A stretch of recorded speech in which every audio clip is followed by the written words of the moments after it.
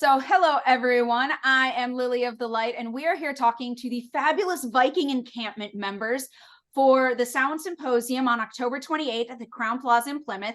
They will be there telling tales and folklore and all the fabulousness of Norse mythology. So, thank you guys for coming and taking time out of your busy days. I'm doing this on the fly because I think I gave you like 1 day notice to do this.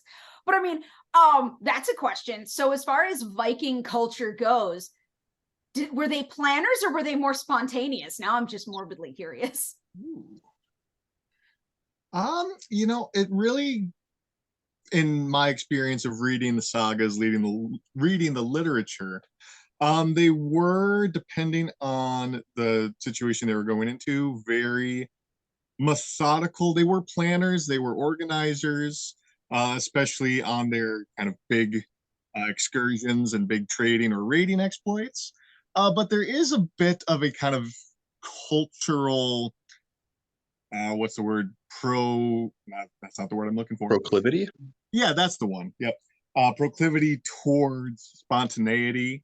Some people in modern day have kind of called it a bit of a Viking spirit. I don't personally enjoy that terminology, but there is this kind of wild spontaneity on an individual level. But when it comes to organizational things, it takes a lot of organization to get ships and groups of people together to go on expeditions. So a little of A and B, I would say. I love it. It's balance. We all need balance in our lives. Vikings are balance. And I think Kjetil brings up a great point of, first of all, I am so sorry for all the pronunciations for everyone watching. I am doing my best. I am a flawed human. Please love me anyway. But that there are lots of myths and misconceptions about Viking and Norse folklore and the culture behind it. And so one of the things that I love the most about the Viking Encampment is that you guys try to keep it entertaining. Like, it's so much fun. I love every member of the Viking Encampment, just sassy divas all around. But it's very accurate. It's very Fingar, what's the word? I forgot it again. Edutainment. Yeah, okay. Yep. So how important is that? Like, I like it. How important is that to the Viking Encampment, that things be fun and accurate and you're honoring the roots? How does that fit into the encampment? Well, I'll field this one. So I'm the artistic director for the group, and I came in as the artistic director circa 2019, 2020. And when I started with the camp, I was very like Hollywood Viking, like big fur mantle, leather armor, shaved sides of my head, like that whole thing. And none of that, as far as we know, archaeologically is real. Mm-hmm. So I started to shift more into the history, more into the studies of things, more into scholarly papers and diving into that. And my whole kit has become more historically accurate. And I really love the accuracy. I really want us to present information accurately.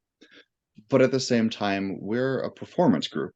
So I want to maintain a buffer zone for people that want to depict themselves as more of the fantasy Viking, more of the stuff you'd see in TVs and movies, because from 100, 200 feet away, our audiences are going to look at that person and see what they see on TV and go, I want to go talk to that person. They look like a Viking.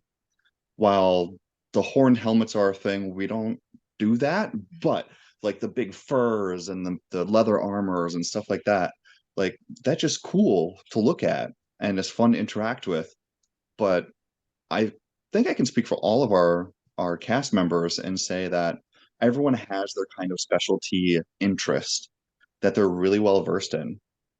I mean, we have Sunniva with the sailor, we have Kjetil with the Icelandic, like late period movements of the Icelanders throughout the North Sea and over to North America.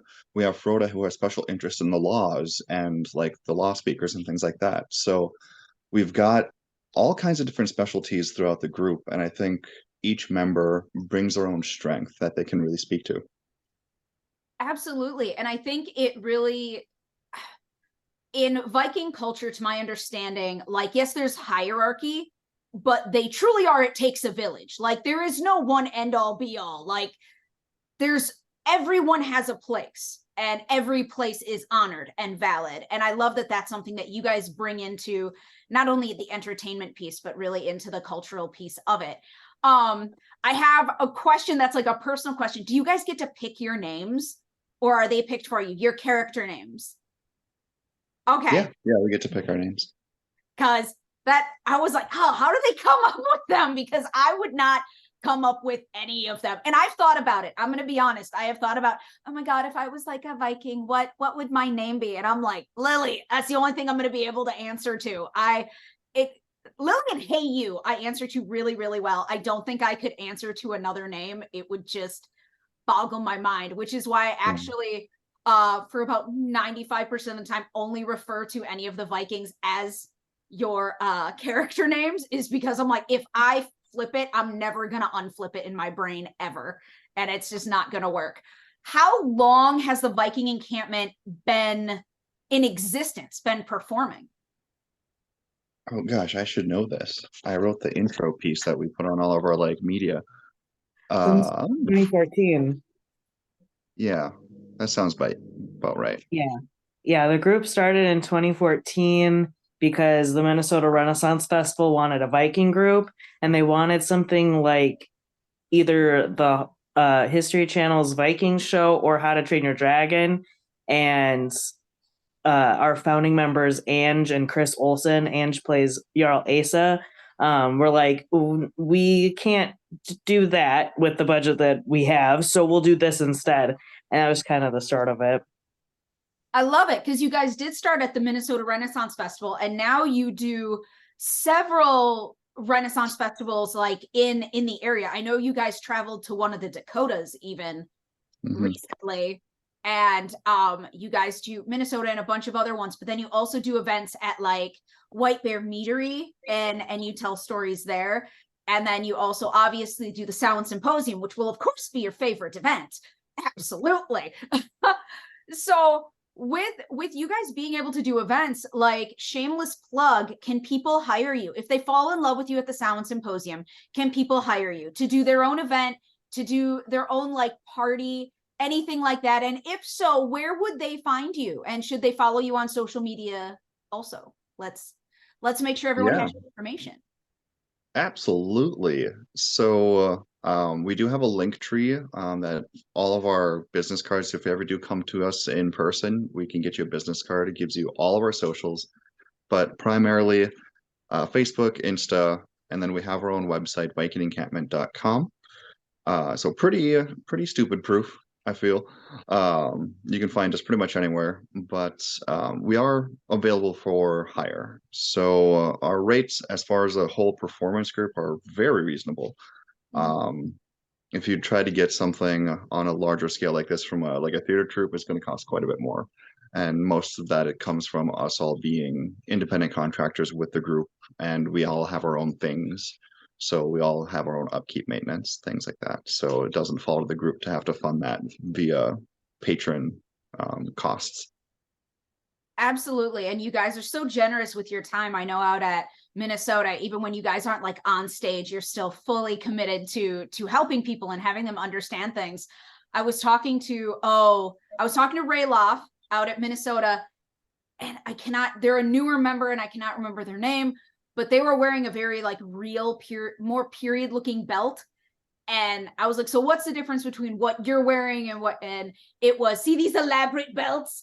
Not how it was. And then he said, that over there. And I was so rude. I was like, hey, stand up. I want to see it. Can you show? And he was such a good sport. He stood up and was like, yes, there you go. So you guys are absolutely wonderful with that kind of stuff. So what are you looking forward to most about performing this folklore at the Samhain Symposium? Well, Sinead, you haven't said anything about yet. this one. Go right ahead. I'm very excited because I think it'll present a different side, maybe a bit more maybe on the education side than even entertainment, because we get to share these myths and more about the actual like magic background of Vikings, and hopefully not only educate folks, but maybe also help people understand, because I know there's been a lot of stuff in the Vikings TV show and other representations of media that are not always accurate, or whatnot. So I'm really excited to be able to have a chance to interact one-on-one with folks who actually have a focus and an interest, or even a much deeper connection than, say, eating turkey legs at the Renaissance Festival, which nothing wrong with that, but I'm really looking forward to being in the space that's going to be created there at the symposium. Absolutely. And you bring up a good point that like diversity is so important. It's important to Vikings. And I think that that's one of the myths that we break with doing different events, with having different people performing, is that no, it is not cookie cutter, and no, it was not meant to ever be cookie cutter. And anyone who's like, no, Vikings only look this way or they only behave this way, it's like, oh honey, have you met Loki? I mean, talk about breaking some rules.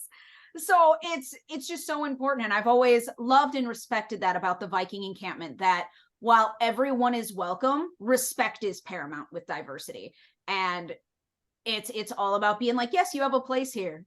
And unless you're disrespectful or racist, then we yeet you out of existence immediately, which is one of the reasons why I invited you guys to be at the Samhain Symposium, because it is a pagan event and a spiritual event. And you guys do represent that. It's an entertaining group, but it's also like several of your members are from many different religious backgrounds. And why can't we all perform together? Why can't we all be friends together? Why can't we all respect culture together?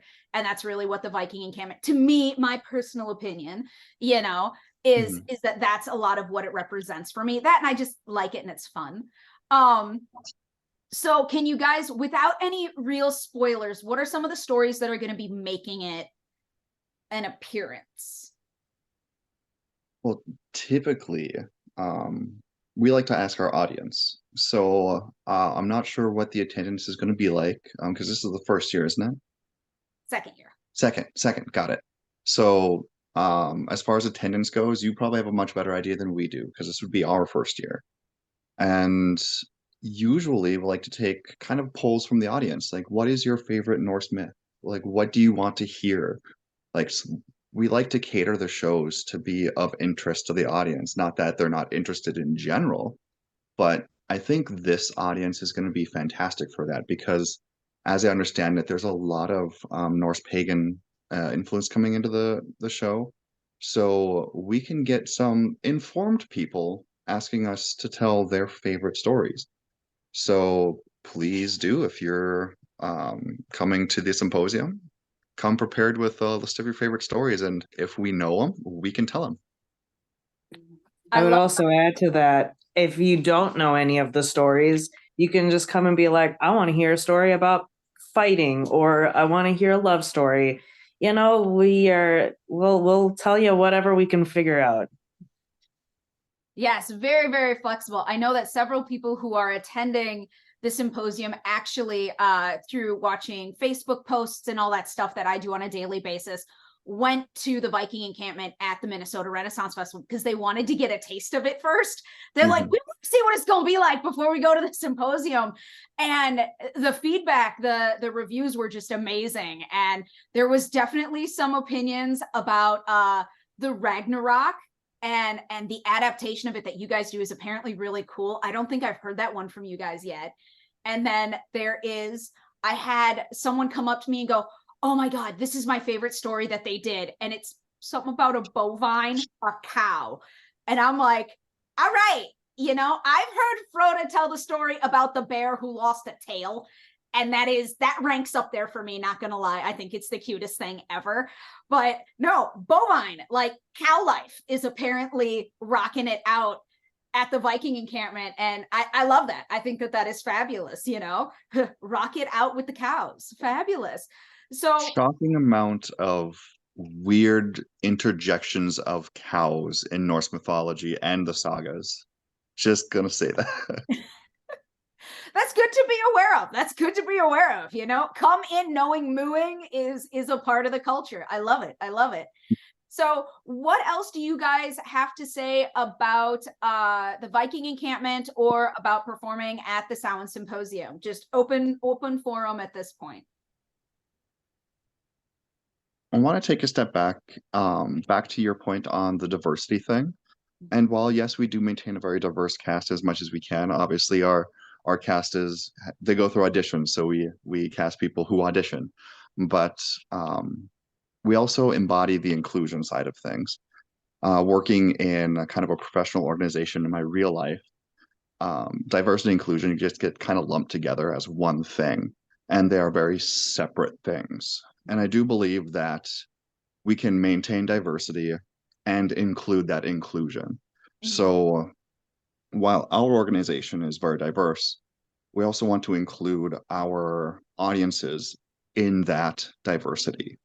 So if you are coming out to see us, do not hesitate, do not be afraid to come up and talk to us individually too, because we'll be there a little early and we'll stay a little late from our scheduled time, just so we can hang out and answer questions or just talk to people, because we want to make those connections. And for us, I think that's a very important tenet of our group. Yeah, Absolutely. well, sorry, I was just going to add on to that, because I think one thing I know I get a lot. So here I'm in the Viking encampment. I personally, my racial ethnic background has nothing to do with Scandinavia. And I think it's important to sometimes mention that to folks, because we do get a lot of, well, I'm really connected to this. I'm like, well, you don't need to have that sort of connection. You can still be a Viking in your heart, we say, or they traveled all over. So I think it's really important to make sure. I think one thing I enjoy about is that we are so open and welcoming to everyone who comes in. And that's one reason I love the group. I just think that's so important, to have a space where people can feel supported and have a good time. I love that. I love that. Yes. And there was a term that was recently used on the Gritty Mystic podcast that I was being interviewed on. And they said there's a difference between inclusivity that happens on accident and conscious inclusivity. And I feel like the Viking encampment is very conscious about their inclusivity, not just inside the encampment itself, but also Fingar said, with the attendees, with the audience, with those types of people. It's all about making sure that everyone feels comfortable and safe, and advocating for them whenever needed. I know that when I first started going many years ago to the Minnesota Renaissance Festival on a regular basis, my friend who introduced me to the Renaissance Festival said, if anything ever happens, go immediately to the Viking encampment. They are the safest place in the entire fest. If you are ever feeling unsafe, if you ever have a problem, you walk up and you just announce. You can just announce, as long as they're not acting, on stage or something. But if you're having a problem, go up there, ask them a question. So it's not just about asking questions about you guys as characters. You guys genuinely care about the well-being of others. And that is so amazing to have such a large group do that. Because I think, what did you say, 26, 28 members this year? That's so many. That is, yeah, at some point, well, those are active members, so we're total, I believe, 31. it makes me tired. You're telling me I gotta wrangle the cats. Oh my God, no. See, I love my job. I love the Samhain Symposium, the one-day event. And I have to herd a bunch of cats for the one-day event. I cannot imagine doing that year-round. I would not be a happy person. I would be a bitter bitch. And so thank you for You've met taking me, that. right? Because what? So you've met me, right? Yeah, but you're the nicest bitch I've ever met. That's not true, but I appreciate it. No, they make it easy. I mean, obviously, in this conversation alone, I have a fantastic cast. I'm always very proud of them. They are fabulous. They are. Yes, we are. Yes, we are. I love it. Any parting thoughts, comments, anything that you guys want to share? Well, I know we're tuning our own horns, but also, I mean, hats off to our leadership. It starts from the top down. So it's good to have folks like Fingar and Vidar and the Jarl with us. So Yes, that is so true. There's that phrase, the fish rots from the head. That is real. Oh, we are a silly bunch, if y'all couldn't tell.